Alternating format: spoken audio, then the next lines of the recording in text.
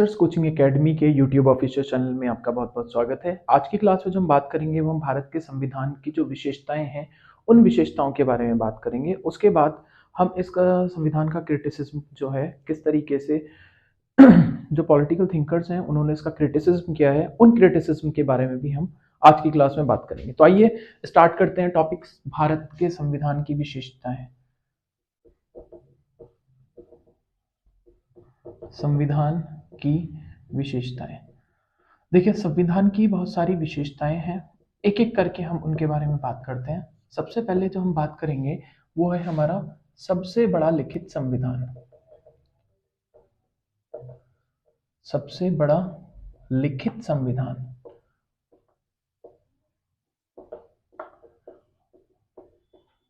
दूसरे नंबर पे आता है हमारा विभिन्न स्रोतों से विहित, विभिन्न स्रोतों से विहित। तीसरे नंबर पे जो आता है वो आता है हमारा नम्य एवं अनम्य संविधान। अनम्य संविधान। चौथे नंबर पे आता है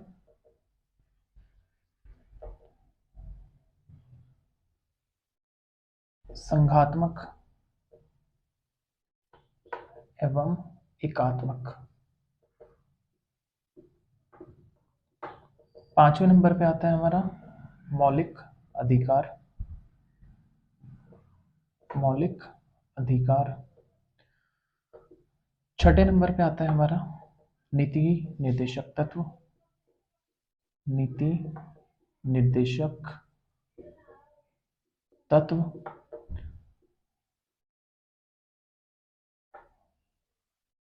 सातवें नंबर पे आता है हमारा मौलिक कर्तव्य। मौलिक कर्तव्य। आठवें नंबर पे आता है स्वतंत्र न्यायपालिका। स्वतंत्र न्यायपालिका। स्वतंत्र न्यायपालिका के बाद 9वें नंबर पे आता है हमारा धर्मनिरपेक्ष। धर्मनिरपेक्ष। धर्मनिरपेक्ष के बाद 10वें नंबर पे आता है हमारा वयस्क मताधिकार। वयस्क मताधिकार। वयस्क मताधिकार के बाद 11वें नंबर पे आता है आपातकालीन प्रावधान। आपातकालीन प्रावधान। राइट।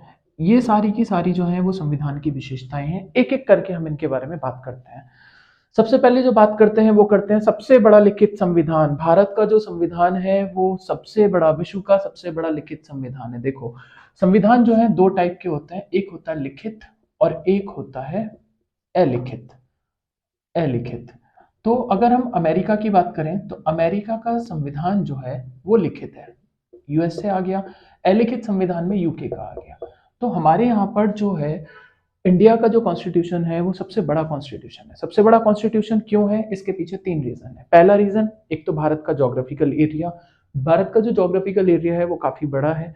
दूसरी बात, संघ के साथ राज्यों का संविधान। हमारे यहाँ एक ही संविधान है, राज्यों का संविधान हमारे यहाँ पर अलग नहीं है। राज्यों के साथ संघ का संविधान एक ही संविधान है। तो दूसरा बड़ा रीजन इसके लिए ये हो सकता है इतना बड़ा संविधान बनाने का। तीसरा रीजन जो है भारत सरकार अधिनियम 1935। जैसे कि आपको पता है, जब हमने संविधान के सोर्सेस पढ़े थे तो सोर्सेस में मैंने आपको बताया था कि सबसे मेजर पार्ट जो लिया गया है वो भारत सरकार अधिनियम से लिया गया है, गवर्नमेंट ऑफ इंडिया एक्ट 1935 से। इसका जो है बेसिक जो बहुत बड़ा पार्ट है, अप्रोक्सीमेटली बोल सकते हैं 250 आर्टिकल से ज्यादा हमने वहां से लिए हैं। तो इसके तीन रीजन है, इस वजह से भारत का सबसे बड़ा लिखित संविधान है। दूसरा है विभिन्न स्रोतों से विहित। तो विभिन्न स्रोतों से विहित, जैसे कि आप जानते हैं कि संविधान जो है बहुत सी कंट्रीज के संविधान को देख करके, पढ़ करके फिर बाद में हमने अपना संविधान बनाया है। फॉर एग्जाम्पल अगर हम बात करते हैं तो भारत में जो हमारे यहाँ पर फंडामेंटल राइट्स दिए गए हैं, मौलिक अधिकार जो हमने नागरिकों को दिए हैं, मौलिक अधिकार की जो अवधारणा है वो यूनाइटेड स्टेट ऑफ अमेरिका से ली गई थी। दूसरी चीज़ जो है हमारे यहाँ पर जो राज्य के नीति निर्देशक सिद्धांत हैं वो आयरलैंड से लिए गए हैं। इन द सेम वे हमने जो रशिया है, रशिया से हमने मौलिक कर्तव्य लिए हैं। इसके अलावा जो इमरजेंसीज प्रोविजन इमरजेंसीज के टाइम पीरियड में फंडामेंटल राइट्स का सस्पेंशन होना वो हमने जर्मन से लिया है। साउथ अफ्रीका से लिया है हमने संविधान संशोधन की प्रक्रिया, जापान से लिया है हमने विधि द्वारा स्थापित प्रक्रिया। तो इस तरीके की चीजें मतलब काफी कंट्रीज से हमारा संविधान लिया गया है, इसलिए हम इसको कह सकते हैं विभिन्न स्रोतों से विहित संविधान। तीसरी बात करते हैं नम्य एवं अनम्य संविधान। देखो नम्य एवं अनम्य संविधान होता क्या है। यहाँ पर संविधान को हम बोल सकते हैं rigid and flexible. And flexible क्या होता है रिजिड एंड फ्लेक्सिबल। रिजिड का मतलब तो यह है कि संविधान बहुत ज्यादा कठोर है कठोर है। अनम्य कठोर बोल सकते हैं हम, अनम्य है मतलब उसमें संविधान में अगर कोई चेंजेस करने हो, कोई उसमें संशोधन करना हो तो संशोधन उसमें नहीं किया जा सकता है। जबकि जो ये है आपका फ्लेक्सिबल, फ्लेक्सिबल का मतलब ये होता है कि जो भी चेंजेस करने हैं वो हम इजीली कर सकते हैं। तो अगर हम रिजिड एंड फ्लेक्सिबल की बात करें तो जो अमेरिका का संविधान है ना, अमेरिका का संविधान जो है वो रिजिड संविधान है, मतलब एक जो है अनम्य संविधान है। अगर उसमें कोई नॉर्मल सा भी अमेंडमेंट करना होगा तो उसके लिए एक विशेष प्रक्रिया अपनानी पड़ती है, तब जाकर उसमें अमेंडमेंट किया जा सकता है। अगर फ्लेक्सिबल की बात करें तो यूके का संविधान है, यूके का संविधान बहुत ज्यादा फ्लेक्सिबल है, कोई भी इसमें चेंजेस किए जा सकते हैं। लेकिन भारत ने जो अडॉप्ट किया है, भारत ने किया नम्य एवं अनम्य संविधान दोनों। कैसे कैसे पॉसिबल हुआ ये। तो देखो आपको पता है हमारे यहाँ पर जो संविधान संशोधन होता है वो आर्टिकल 368 के अकॉर्डिंग हमारे यहाँ पर संविधान संशोधन होता है। अब संविधान संशोधन जो है हमारे यहाँ पर दो तरीके के संविधान संशोधन है। एक तो होता है विशेष बहुमत और एक होता है विशेष बहुमत plus consent of half of the state. मतलब क्या हुआ कि एक तो हम जो लेंगे संविधान में एक तो विशेष वाले की अगर हम बात करते हैं तो विशेष सबसे पहले जो बात करते हैं वो करते हैं हम नॉर्मल वाला, जो मतलब स्पेशल मेजोरिटी होता है। स्पेशल मेजोरिटी का मतलब क्या है कि संविधान संसद के अंदर एक तो 50% से ज्यादा सदस्य होने चाहिए प्लस 2/3 मेजोरिटी होनी चाहिए दोनों हाउसेज में, तब जाकर के हम उसको जो है वो अमेंड कर सकते हैं। अब इस तरीके का अमेंडमेंट किस में होता है, तो एक तो होता है हमारे फंडामेंटल राइट्स में और दूसरा होता है हमारा डीपीएसपी में। ये जो चेंजेस है ये चेंजेस जो है स्पेशल मेजोरिटी में चेंजेस होते हैं। तो इस तरीके के संविधान संशोधन को हम बोल सकते हैं कि अनम्य है। सॉरी, अनम्य है मतलब कठोर है संविधान प्रक्रिया। संविधान संशोधन की प्रक्रिया थोड़ी कठोर है क्योंकि ये जो है ना फंडामेंटल राइट्स हो गए और डीपीएसपी हो गए, संविधान निर्माताओं ने ये कहा कि संविधान की जो नींव रखी गई है ना वो फंडामेंटल राइट्स और directive principles of state policy, जो राज्य के नीति निर्देशक सिद्धांत हैं और मौलिक अधिकार, उन पर संविधान की नींव रखी गई है। तो इसको हम बोल सकते हैं कि ये अनम्य संविधान है।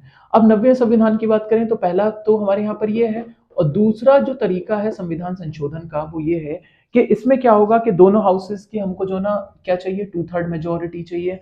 2/3 मेजोरिटी के साथ में ना इसमें इसमें हमें हाफ ऑफ द स्टेट का कंसेंट भी चाहिए होगा, मतलब आधे से ज्यादा राज्यों की सहमति चाहिए, तभी वो चीजें हम उसमें चेंज कर सकते हैं। अब ऐसे कौन से प्रोविजन है, तो ऐसे प्रोविजन जो हैं जो कि हमारे संघात्मक से रिलेटेड हैं, जो कि हमारे संघ से रिलेटेड हैं। फॉर एग्जाम्पल हमारे पास अनुसूची 4 है अनुसूची 4 में है राज्यसभा में सीटों का निर्धारण। तो राज्यसभा में हर स्टेट की अलग अलग सीट्स होती हैं, तो हर एक सीट्स के जो निर्धारण की बात आती है, अगर उसमें कोई कॉन्स्टिट्यूशनल अमेंडमेंट करना है, कोई संविधान संशोधन करना है, तो उसके लिए एक विशेष प्रक्रिया अपनाई जाएगी जिसमें 2/3 मेजोरिटी तो चाहिए पार्लियामेंट की, और 2/3 मेजोरिटी पार्लियामेंट की साथ साथ हमको जो है ना आधे से ज्यादा स्टेट का अप्रूवल लेना होता है। इसलिए कहा गया है कि नम्य एवं अनम्य संविधान। तीसरी बात करते हैं, तीसरा संविधान संशोधन आता है उसको बोलते हैं हम ऑर्डिनरी, मतलब ऑर्डिनरी हो जाता है वो। ऑर्डिनरी सिर्फ उसको संसद ही कर सकती है। इसके लिए ना इतने कोई इसमें खास सब्जेक्ट नहीं होते, तो इसमें इसको बोल सकते हैं कि बिल्कुल नम्य है। इसको बोल सकते हैं हम फ्लैक्सिबल। फ्लैक्सिबल अमेंडमेंट जो है वो इस तरीके से होते हैं। ऑर्डिनरी है, पार्लियामेंट जो ना अपने अकॉर्डिंग इसको चेंज कर सकती है, इसमें स्पेशल मेजोरिटी की जरूरत नहीं होती है। चौथी बात करते हैं संघात्मक एवं एकात्मक। संघात्मक एवं एकात्मक क्या होता है, देखो भारत का जो संविधान है वो यहाँ पर एक संघात्मक रूप लिए हुआ है, मतलब भारत जो है वो एक राज्यों का संघ है। हालांकि संविधान में कहीं भी जो है संघ शब्द का जो है ना प्रयोग नहीं किया गया। यूपीएससी में क्वेश्चन आया था, आई थिंक 2019 या 20 में क्वेश्चन था कि भारत एक संघीय राज्य है, इस तरीके से रिलेटेड क्वेश्चन था कुछ। तो संघात्मक एवं एकात्मक का मतलब है कि भारत जो है एक राज्यों का संघ है, और दूसरा किसी भी राज्य को भारत से अलग होने का कोई अधिकार नहीं है। यहाँ पर संघात्मक का जो ढांचा है वो हमने जो फेडरलिज्म के कॉन्सेप्ट लिए हैं वो तो हमने कनाडा से लिए हैं। अब संघात्मक का मतलब ये है कि शक्तियों का बंटवारा है, लिखित संविधान है, लिखित संविधान के अकॉर्डिंग ही जो है वो शक्तियों का बंटवारा किया गया है, पावर्स का बंटवारा किया गया है। तीन हमारे यहाँ पर लिस्ट होती है, एक होती है यूनियन लिस्ट, एक होती है स्टेट लिस्ट, एक होती है कॉन्करेंट लिस्ट। यूनियन लिस्ट पे सिर्फ सेंट्रल गवर्नमेंट ही रूल बनाएगी, स्टेट लिस्ट पर स्टेट गवर्नमेंट रूल बनाएगी, और कॉन्करेंट लिस्ट में वो सब्जेक्ट्स होते हैं जिस पर दोनों की दोनों गवर्नमेंट रूल बना सकती हैं। इस तरीके से हमारे यहाँ पर शक्तियों का बंटवारा किया गया है। तो भारत ने जो है ना वो क्या किया है कि एक संघात्मक रूप लिया है। ठीक है, एकात्मक रूप की बात करें तो एकात्मक रूप जो हमको देखने के लिए मिलता है वो मिलता है वहां पर यूएसए में देखने के लिए मिलता है। नेक्स्ट है मौलिक अधिकार। मौलिक अधिकार की अगर बात करें तो भारत के संविधान में भाग 3 में मौलिक अधिकारों को जोड़ा गया है। मौलिक अधिकार सिटीजन्स को दिए गए हैं, कुछ नॉन सिटीजन्स को भी दिए गए हैं, लेकिन मौलिक अधिकार जो हैं संविधान की नींव कहलाते हैं। क्यों कहलाते हैं? क्योंकि ये जो है ये राजनीतिक लोकतंत्र की स्थापना करते हैं, सामाजिक एवं राजनीतिक लोकतंत्र की स्थापना करते हैं। फॉर एग्जाम्पल इसमें हमारे पास जो राइट दिए गए हैं आर्टिकल 12 से लेकर के आर्टिकल 35 तक के प्रोविजन इसमें दिए गए हैं हमारे पास। ठीक है, उसके साथ हमको जो है ना आर्टिकल 32 भी दिया गया है कि इन केस अगर हमारे राइट्स का वायलेशन हो जाता है, फंडामेंटल राइट्स का वायलेशन हो जाता है, तो आर्टिकल 32 के अकॉर्डिंग, जिसको डॉक्टर बी आर अम्बेडकर ने कहा ये संविधान की आत्मा है, आत्मा एवं हृदय, heart and soul of the constitution, it is said by doctor B R Ambedkar. इसके through we can move to directly supreme court of India, direct जा सकते हो आप सुप्रीम कोर्ट अगर किसी भी फंडामेंटल राइट का वायलेशन होता है तो। इसके अलावा आर्टिकल 226 भी है जिसके अकॉर्डिंग हाई कोर्ट में भी जो है अपील की जा सकती है फंडामेंटल राइट्स के वायलेशन में। अभी तक जो है ना दोनों कोर्ट के पास में ये अधिकार है कि इनके खिलाफ जो है ना रिट इशू कर सकते हैं। तो मौलिक अधिकार जो है हमको दिए गए हैं। यहाँ पर अगर मौलिक अधिकार की बात करें तो हमको यहाँ पर ना 6 मौलिक अधिकार दिए गए हैं। 6 मौलिक अधिकार में सबसे पहले जो आता है हमारा राइट टू इक्वालिटी, समता का अधिकार। समता के अधिकार के बाद उसके बाद जो हमारे पास आता है राइट अगेंस्ट एक्सप्लॉयटेशन आता है। उसके बाद right to practise any religion आता है। इसमें इस तरीके से 6 अधिकार दिए गए हैं 12 से 35 में। नेक्स्ट है नीति निदेशक तत्व। नीति निदेशक तत्व जो है हमारे आर्टिकल 36 से लेकर के 51 तक दिए गए हैं। हालांकि ये जो 36 से 51 तक नीति निदेशक तत्व है ये नॉन जस्टिसेबल है, मतलब अगर इनका वायलेशन हो जाए तो आप किसी भी कोर्ट में नहीं जा सकते, कोई कोर्ट इनके खिलाफ रिट इशू नहीं करेगी। क्यों नहीं करेगी? क्योंकि ये जो है ये अनुदेश है, ये एक तरीके से ना इंस्ट्रक्शंस हैं स्टेट के लिए कि स्टेट जो है इनको जो है वो लागू करे। अब स्टेट लागू नहीं करता तो क्या किया जा सकता है? तो आपके पास जो है वो ऑप्शन है, आपके पास गवर्नमेंट को चेंज करने का ऑप्शन है। 5 साल के बाद यहाँ पर इलेक्शन होता है, तो अगर गवर्नमेंट अकॉर्डिंगली काम नहीं कर रही तो उनको चेंज किया जा सकता है, लेकिन ये नॉन जस्टिसेबल है। इसके लिए कोई भी कोर्ट रिस्पॉन्सिबल नहीं है इसको इशू कराने के लिए, इसको कोई भी इशू नहीं करा सकता है। नेक्स्ट है मौलिक कर्तव्य। देखिए मौलिक कर्तव्य की अगर हम बात करें, फंडामेंटल ड्यूटीज, तो फंडामेंटल ड्यूटीज जब कॉन्स्टिट्यूशन बना तो फंडामेंटल ड्यूटीज इसमें नहीं थी। फंडामेंटल ड्यूटीज को कब लाया गया? तो फंडामेंटल ड्यूटीज को लाया गया है हमारा जो 42nd अमेंडमेंट हुआ था ना 1976 में हुआ था। इसको जो ना मिनी कॉन्स्टिट्यूशन भी बोला जाता है, क्योंकि बहुत सारी चीजें जो है ना इसमें अमेंड की गई थी उस टाइम पीरियड में। कॉन्स्टिट्यूशन, मिनी कॉन्स्टिट्यूशन भी बोला जाता है। तो 42nd अमेंडमेंट में 1976 में एक कमेटी बनी थी जिसको बोला जाता है सरदार स्वर्ण सिंह कमेटी। सरदार स्वर्ण सिंह कमेटी, इस कमेटी ने सिफारिश की थी कि संविधान में मूल कर्तव्य भी होने चाहिए, तो इसलिए मूल कर्तव्य यहाँ पर जोड़े गए हैं। हमारे यहाँ पर 10 मूल कर्तव्य हैं। 11वां मूल कर्तव्य जो है हमारा वो 2002 में ऐड किया गया है, राइट। 2002 में एक मूल कर्तव्य और ऐड किया गया है। इस तरीके से 11 मूल कर्तव्य होते हैं। मूल कर्तव्य का मतलब है नागरिक जब भी मौलिक अधिकार का प्रयोग करते हैं ना तो उनको पता होना चाहिए कि मौलिक अधिकार के साथ हमारे कुछ कर्तव्य भी हैं। फॉर एग्जाम्पल संविधान का सम्मान करना, राष्ट्रध्वज का सम्मान करना, राष्ट्रगान का सम्मान करना, भाईचारे की भावना रखना, इस तरीके की हमारी फंडामेंटल ड्यूटीज है। नेक्स्ट है स्वतंत्र न्यायपालिका। स्वतंत्र न्यायपालिका की अगर हम बात करते हैं तो हमारे पास जो न्याय की अवधारणा का सिद्धांत है ना वो हमने लिया है अमेरिका से, लेकिन अमेरिका में और इंडिया में एक फर्क है। फर्क ये है कि अमेरिका में जो स्टेट है, स्टेट के लिए अलग कोर्ट है, और जो सेंट्रल है, सेंट्रल के लिए अलग कोर्ट है। लेकिन हमारे यहाँ पर क्या है, स्वतंत्र न्यायपालिका में हमारे यहाँ पर जो सुप्रीम कोर्ट है ना, सुप्रीम कोर्ट सबसे सुप्रीम है। सुप्रीम कोर्ट ये राज्यों का भी कोर्ट है और ये हमारे सेंट्रल का भी कोर्ट है, दोनों का कोर्ट एक ही है। सुप्रीम कोर्ट के नीचे फिर आते हैं आपके हाई कोर्ट, हाई कोर्ट के नीचे आते हैं डिस्ट्रिक्ट कोर्ट, और डिस्ट्रिक्ट कोर्ट के नीचे आते हैं फिर हाई कोर्ट के नीचे आते हैं डिस्ट्रिक्ट कोर्ट, और डिस्ट्रिक्ट कोर्ट के नीचे आते हैं आपके सबऑर्डिनेट कोर्ट, सबऑर्डिनेट कोर्ट। इस तरीके से जो ना स्वतंत्र न्यायपालिका है। अब स्वतंत्र न्यायपालिका में और क्या प्रोविजंस हैं? स्वतंत्र न्यायपालिका में जो ना जो जजेस हैं जिनको जजमेंट देना होता है उनके लिए पूरी स्वतंत्रता है, पूरे स्वतंत्र होकर वो जजमेंट दे सकते हैं। इसके लिए क्या किया गया कि न्यायालय की अवमानना पे जो है दंड देने का अधिकार इनको है। इसके अलावा इनके रिटायरमेंट के बाद ये किसी और कोर्ट में जो है प्रैक्टिस नहीं कर सकते। इनको बहुत अच्छा सैलरी पैकेज दिया जाता है। ये सारी की सारी चीज़ें स्वतंत्र न्यायपालिका के पार्ट हैं। तीसरा सबसे इंपॉर्टेंट, कार्यपालिका का न्यायपालिका से पृथक्करण, separation of executive and judiciary, दोनों का जो है ना आपस में सेपरेशन है, राइट, कि एक दूसरे के दबाव में काम ना करे। इस तरीके से हमारे यहाँ पर स्वतंत्र न्यायपालिका काम करती है। नेक्स्ट बात करते हैं तो धर्मनिरपेक्ष। देखो धर्मनिरपेक्ष जो है ना, धर्मनिरपेक्ष एक बहुत इंपॉर्टेंट कॉन्सेप्ट है और ये संविधान की हमारी विशेषता है। सबसे इंपॉर्टेंट विशेषता ये है, इतनी बड़ी डाइवर्सिटी है इंडिया के अंदर, सभी धर्मों के लोग रहते हैं, तो इतने बड़े कंट्री में धर्मनिरपेक्ष राज्य बनाना एक बहुत ही चैलेंजिंग काम था, जो कि संविधान निर्माताओं ने उसको धर्मनिरपेक्ष राज्य बनाया। अब धर्मनिरपेक्ष क्या है? तो देखो धर्मनिरपेक्ष जो सेकुलरिज्म है ना, सेकुलरिज्म के लिए बहुत सारे कॉन्सेप्ट लाए गए हैं। सेकुलरिज्म के लिए जो कॉन्सेप्ट लाए गए हैं वो है, सबसे पहले अगर हम बात करें तो एक तो है आपका आर्टिकल 14।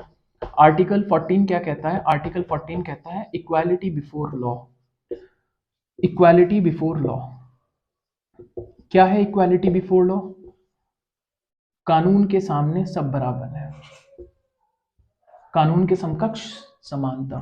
कानून के सामने सभी बराबर हैं, काला है, गोरा है, किसी भी धर्म का है, हिंदू है, मुस्लिम है, सिख है, ईसाई है, बौद्ध है, जैन है, कोई भी है, सब कानून के सामने इक्वल है। आर्टिकल 14 ये बात कहता है। दूसरी बात कहता है आर्टिकल 15। 15 क्या कहता है? No discrimination on ground of caste, religion, race, sex and place of birth. किसी भी व्यक्ति के साथ उसके धर्म के आधार पर, जाति के आधार पर, वंश के आधार पर, लिंग के आधार पर और जन्म के स्थान पर कोई विभेद नहीं किया जाएगा। आर्टिकल 16 क्या कहता है? आर्टिकल 16 कहता है, आर्टिकल 16 कहता है इक्वालिटी इन पब्लिक एम्प्लॉयमेंट। जितनी भी ये सरकारी नौकरियां होती है ना, इसमें समानता, सबको समान अधिकार है। ठीक है। अब आप कहोगे सर रिजर्वेशन, तो रिजर्वेशन का जो कॉन्सेप्ट है ना वो हम आगे की क्लास में कवर करेंगे, जब हम फंडामेंटल राइट्स पढ़ेंगे ना, मौलिक अधिकार पढ़ेंगे, तो मौलिक अधिकार में मैं आपको बताऊंगा कि किस किस तरीके से, कौन कौन से आर्टिकल में किस तरीके से संशोधन किया गया और इनके जो अपवाद हैं वो क्या हैं। इनके कुछ एक्सेप्शन भी हैं, आर्टिकल 14 का भी एक्सेप्शन है, 15 का भी है, 16 का भी है। जितने मोस्टली आर्टिकल्स हैं ना ये जो हमारे मौलिक अधिकार में दिए गए हैं, सबका अपना अपना एक एक्सेप्शन है, एक अपवाद है। उनके बारे में भी पढ़ेंगे, लेकिन उनके बारे में जब पढ़ेंगे जब हम फंडामेंटल राइट्स पढ़ेंगे। अभी हम पढ़ रहे हैं किसके बारे में? धर्मनिरपेक्ष राज्य के बारे में। तो 16 यहाँ तक दिए गए हैं। इसके अलावा सबसे इंपॉर्टेंट धर्मनिरपेक्षता को जो सही से डिफाइन करता है वो करता है आर्टिकल 25। आर्टिकल 25, आर्टिकल 25 क्या कहता है? Right to practise any religion. मतलब आप किसी भी धर्म को मान सकते हैं, राज्य उसमें हस्तक्षेप नहीं करेगा। क्या मीनिंग हुआ इस बात का? इस बात का मीनिंग ये, फॉर एग्जांपल मैं हूँ, मुझे खुद में भगवान दिख रहा है कि हाँ जी मैं अपना भगवान, अपना खुदा या क्या कहते हैं गॉड में ही हूँ। तो मैं क्या कर सकता हूँ, मैं अपना एक फोटो लूँ और फोटो निकाल करके उसको फ्रेम कराऊँ और उसको रख दूँ, और उसके ऊपर ना रोज जो भी मुझे क्रियाक्रम करना है, अगरबत्ती लगाना है या क्या कहते हैं मोमबत्ती जलाना है या उसके आगे हाथ जोड़ना है, कुछ भी करूँ, ईच एंड एवरीथिंग कुछ भी कर सकता हूँ, वो मेरी इच्छा के ऊपर डिपेंड है। हर नागरिक को अधिकार है, भगवान को किसी भी फॉर्म में मान सकते हो, इसमें राज्य आपको कोई हस्तक्षेप नहीं करेगा। भगवान को किसी भी फॉर्म में मानने में, आप गॉड की फॉर्म में मानो, भगवान की फॉर्म में मानो, अल्लाह की फॉर्म में मानो, किसी भी फॉर्म में आप भगवान को मान सकते हो, इसमें राज्य कोई हस्तक्षेप नहीं करेगा। आर्टिकल 26 क्या कहता है? आर्टिकल 26 ये कहता है कि आपका जो रिलीजन है, आप उस रिलीजन को, उसका प्रचार प्रसार कर सकते हो। प्रचार प्रसार तो कर सकते हो, लेकिन ये नहीं है कि आप किसी को अपने धर्म में कन्वर्ट करा दो। कन्वर्जन जो है वो इलीगल है। आपके पास जो राइट है वो आर्टिकल 26 के तहत राइट है कि आप जो हो वो अपने धर्म का प्रचार प्रसार कर सकते हो, आप और लोगों को बता सकते हो। आर्टिकल 27 क्या कहता है? आर्टिकल 27 ये कहता है आपको अपने धर्म को मानने पे कोई टैक्स नहीं देना होगा, कोई टैक्स आपको पे नहीं करना होता। ये कॉन्सेप्ट कहाँ से आया? ये कॉन्सेप्ट इसलिए आया जब यहाँ पर दिल्ली सल्तनत आई तो एक पर्सन आया जिसका नाम था Iltutmish. Iltutmish, he was the first person who imposed jizya. Jizya was a tax which was collected from the non Muslims. Iltutmish ने सबसे पहले जजिया लेकर के आया। जजिया जो था ये वो टैक्स था जो कि नॉन मुस्लिम लोगों से कलेक्ट किया जाता था। उसके बाद की बात करें तो मराठा साम्राज्य में छत्रपति शिवाजी शिवाजी शिवाजी के यहाँ पर दो टैक्स जो है वो वसूले जाते थे। एक को बोला जाता था चौथ और दूसरे को बोला जाता था सरदेशमुखी। ये भी एक तरीके के जो ना ऐसे टैक्सेस थे जो कि रिलीजन से रिलेटेड थे, राइट। तो जब संविधान निर्माताओं ने संविधान बनाया तो संविधान को धर्मनिरपेक्ष बनाने के लिए सबसे पहला कॉन्सेप्ट ये लेकर के आए कि किसी भी धर्म को मानने के लिए कोई टैक्स पे नहीं करना होगा। आर्टिकल 28 कहता है किसी भी सरकारी संस्थान में, हालांकि इसमें 4 कैटेगरी है संस्थान में भी, कौन से संस्थान में और कौन से संस्थान में नहीं, किसी भी सरकारी संस्थान में किसी भी प्रकार की कोई धार्मिक शिक्षा नहीं दी जाएगी। ये आर्टिकल 28 कहता है किसी भी तरह की कोई धार्मिक शिक्षा नहीं दी जाएगी किसी भी सरकारी संस्थान में।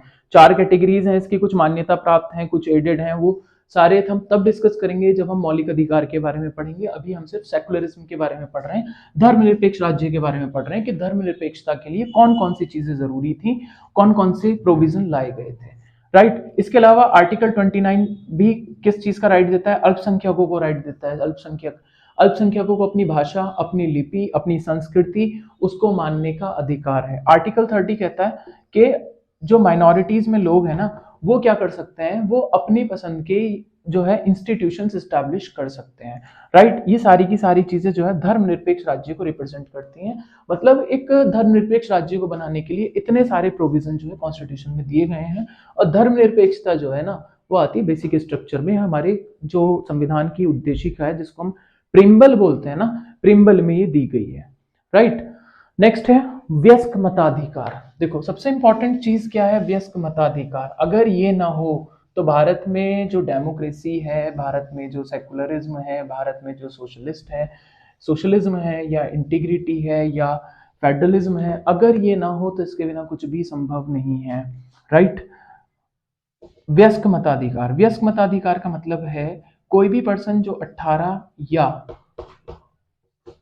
18 साल से ऊपर की आयु का है, 18 से ऊपर, उसके पास एक वोट देने का अधिकार है जिसको बोलते हैं राइट टू वोट, वयस्क मताधिकार।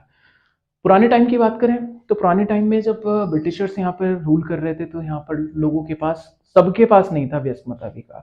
लेकिन जब कॉन्स्टिट्यूशन बना तो कॉन्स्टिट्यूशन में वयस्क मताधिकार दिया गया, सभी को एक वोट राइट दिया गया, वोट देने का राइट, सबके पास वयस्क मताधिकार है। वयस्क मताधिकार की पहले जो आयु थी ना वो थी 21 ईयर्स। 21 ईयर्स को जो है 61th अमेंडमेंट हुआ कॉन्स्टिट्यूशन में 1989 में, और इसको रिड्यूस करके कर दिया कितना, अब हो गई है 18 साल। अब 18 साल का कोई भी व्यक्ति है, 18 साल का जो भी व्यक्ति है उसके पास एक राइट टू वोट है, उसके पास वोट देने का अधिकार है, वो वोट दे सकता है, राइट। इसके अलावा आपातकालीन प्रावधान से पहले हम एक कॉन्सेप्ट और पढ़ेंगे जिसको हम बोलते हैं संसदीय सरकार। ये तो मेन फीचर है हमारे कॉन्स्टिट्यूशन का जो कि हमको देता है संसदीय सरकार। संसदीय सरकार, देखो संसदीय सरकार की अगर हम बात करते हैं तो संसदीय सरकार के अलावा एक सरकार और होती है जिसको हम बोलते हैं, इसको 12 लिख लेते हैं यहाँ पर। संसदीय सरकार के अलावा एक और जो सरकार होती है हम उसको क्या बोलते हैं? अध्यक्षात्मक सरकार। अध्यक्षात्मक सरकार जो हमको देखने के लिए मिलती है वो हमको कहाँ मिलती है? अध्यक्ष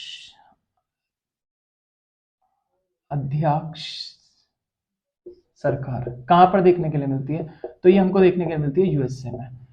भारत में कौन सी है? संसदीय सरकार है। भारत ने संसदीय सरकार कहां से ली है? तो ली है ये यूके से, ग्रेट ब्रिटेन, राइट। अब क्यों लिया? इसके ऊपर भी जब संविधान बन रहा था तो एक बहुत लंबी बहस हुई कि हम जो है वो अध्यक्षात्मक सरकार भी ले सकते हैं, हम जो है वो संसदीय सरकार ही क्यों ले रहे हैं? देखो संसदीय सरकार लेने का सबसे पहला जो रीजन था वो ये था कि क्योंकि पहले से ब्रिटिशर्स यहाँ पर रूल कर रहे थे और पार्लियामेंट्री गवर्नमेंट उनके पास थी, तो वही प्रोविजन यहाँ पर चल रहे थे। जैसे हम देखते हैं हमारे पास भारत सरकार अधिनियम 1919 आया जिसको मॉन्टेग्यू चेम्सफोर्ड रिफॉर्म कहते हैं। उसके बाद भारत सरकार अधिनियम 1935 आया जो कि अपने आप में एक बहुत बड़ा जो ना लिखित एक दस्तावेज था तो इसलिए हमने संसदीय सरकार को अडॉप्ट किया। लेकिन यहाँ पर एक डिफरेंस है यूके गवर्नमेंट में और इंडियन गवर्नमेंट में। है दोनों पार्लियामेंट्री गवर्नमेंट, लेकिन एक डिफरेंस है। वो डिफरेंस ये है इसमें कि यहाँ पर जो है यूके में जो संसद है ना वो संप्रभु है, संसद जो है ना वहां पर संप्रभु है, जबकि इंडिया में जो है ना, इंडिया में नहीं है। दूसरा कॉन्सेप्ट क्या कहते हैं, दूसरा कॉन्सेप्ट ये कहता है कि इंडिया में जो हेड ऑफ द गवर्नमेंट है ना वो इलेक्टेड है, इलेक्टेड पर्सन है हेड ऑफ द गवर्नमेंट, और जबकि यूके में जो पर्सन है ना वो इलेक्टेड नहीं है, वो आ रहा है कैसे, वंशानुगत, वंशानुगत, वंशानुगत। दो डिफरेंस पार्लियामेंट्री गवर्नमेंट के आपको याद रखने हैं। पहला डिफरेंस क्या है कि यूके में जो अध्यक्ष है, सॉरी यूके में जो हेड ऑफ द गवर्नमेंट है, तो यूके में हेड ऑफ द गवर्नमेंट जो है वो वंशानुगत है, हेरिडिटरी में आ रहा है, लेकिन इंडिया के अंदर जो है वो इलेक्टेड है। ये मेजर डिफरेंस है संसदीय सरकार का।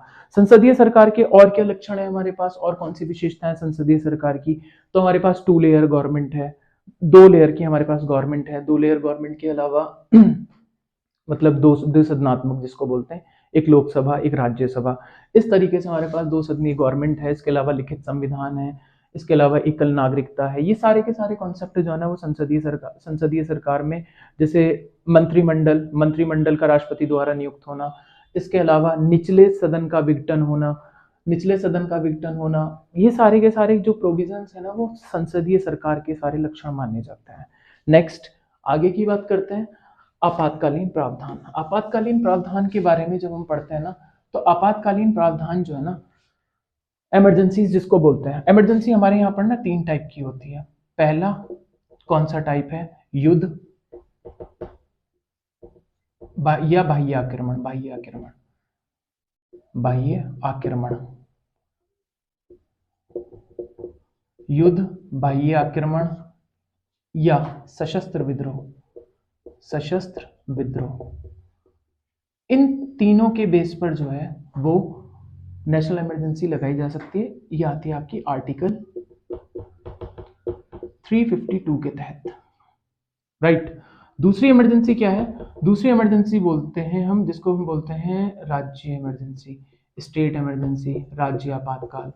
लेकिन संविधान में ना राज्य आपातकाल का प्रयोग नहीं किया गया, इसको राष्ट्रपति शासन बोला जाता है, राइट। राज्य आपातकाल, राज्य आपातकाल 2 बेसिस पे लगाया जा सकता है। पहला, संविधान तंत्र विफल होने पर, संविधान तंत्र विफल होने पर, विफल होने पर। और दूसरा जो लगाया जाता है वो लगाया जाता है 356 है ये, 356 के अकॉर्डिंग, और दूसरा लगाया जाता है 365 के अकॉर्डिंग। ये है केंद्र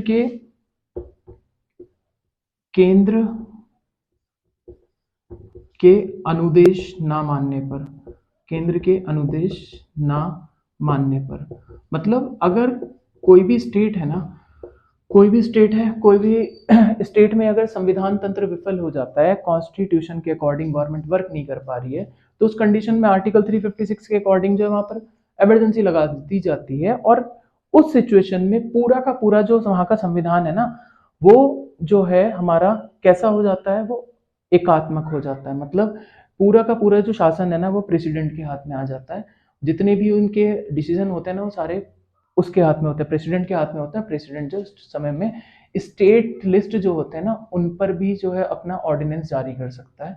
ये सारी की सारी चीजें इसमें आती हैं। दूसरी बात है केंद्र के कोई अनुदेश हैं, केंद्र के कोई ऑर्डर्स हैं, वो ऑर्डर जो है स्टेट नहीं मान रहा, तो उस सिचुएशन में भी आर्टिकल 365 के अकॉर्डिंग जो है वो यहाँ पर राज्य आपातकाल लगाया जा सकता है, जिसको हम राष्ट्रपति शासन बोलते हैं। एक वर्ड लिख रहा हूं मैं यहाँ पर, राष्ट्रपति शासन। राष्ट्रपति शासन से आपको याद रहेगा कि राष्ट्रपति शासन 2 प्रोविजन के अकॉर्डिंग जो है वो लगाया जा सकता है। तीसरी बात करते हैं जिसको हम बोलते हैं वित्तीय आपातकाल। वित्तीय आपातकाल, वित्तीय आपातकाल जो है, वित्तीय आपातकाल आता है हमारा 360, आर्टिकल 360 के अकॉर्डिंग। आर्टिकल 360 ये क्या कहता है, जब देश में कोई भी फाइनेंशियल दिक्कत होती है ना, फाइनेंशियल प्रॉब्लम आती है कोई भी, उस सिचुएशन में आर्टिकल 360 लगाया जा सकता है। हालांकि आर्टिकल 360 अभी तक नहीं लगाया गया है। इसके अलावा अगर हम फंडामेंटल राइट्स की बात करें तो आर्टिकल जो 352 है ना, यहाँ पर हमारे फंडामेंटल राइट्स जो है ना वो सस्पेंड हो जाते हैं। मतलब फंडामेंटल राइट्स सस्पेंड नहीं होते, उनकी जो ट्रीटमेंट का मेथड है ना वो सस्पेंड हो जाता है। राइट, मतलब आर्टिकल 32 और आर्टिकल 226 यहाँ पर सस्पेंड हो जाता है। लेकिन जब ये आर्टिकल्स वो सॉरी जब यहाँ पर फंडामेंटल राइट्स जो है वो यहाँ पर सस्पेंड होते हैं, उसमें भी दो फंडामेंटल राइट नहीं होते हैं, आर्टिकल 20 और आर्टिकल 21, क्योंकि लाइफ से रिलेटेड है। Right, right to life and liberty वाला, तो ये आर्टिकल सस्पेंड नहीं होते, बाकी सारे हो जाते हैं आर्टिकल 352 के अकॉर्डिंग। यहाँ फंडामेंटल राइट्स पे कोई फर्क नहीं पड़ता, यहाँ भी फंडामेंटल राइट्स के ऊपर कोई ज्यादा फर्क नहीं पड़ता है। राइट।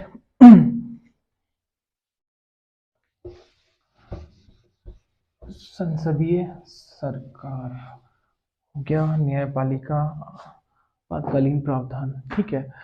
ये जो था संविधान की विशेषताएं थी। संविधान की विशेषताओं के बाद जो है अब इसका संविधान का जो क्रिटिसिज्म है, कैसे संविधान निर्माताओं को क्रिटिसाइज किया गया है कि संविधान जो है क्यों, मतलब संविधान में क्या ऐसी कमियां हैं, उनकी कमियों के अकॉर्डिंग संविधान को क्रिटिसाइज किया गया है। वो क्या क्या क्रिटिसिज्म है वो हम नेक्स्ट क्लास में कवर करेंगे। इसका पार्ट सेकंड आएगा, पार्ट सेकंड में हम उन संविधान की जो क्रिटिसिज्म है उसके बारे में पढ़ेंगे। आज की क्लास में इतना ही। वीडियो अच्छी लगी हो तो लाइक कीजिएगा, चैनल को सब्सक्राइब कीजिएगा। वीडियो देखने के लिए धन्यवाद।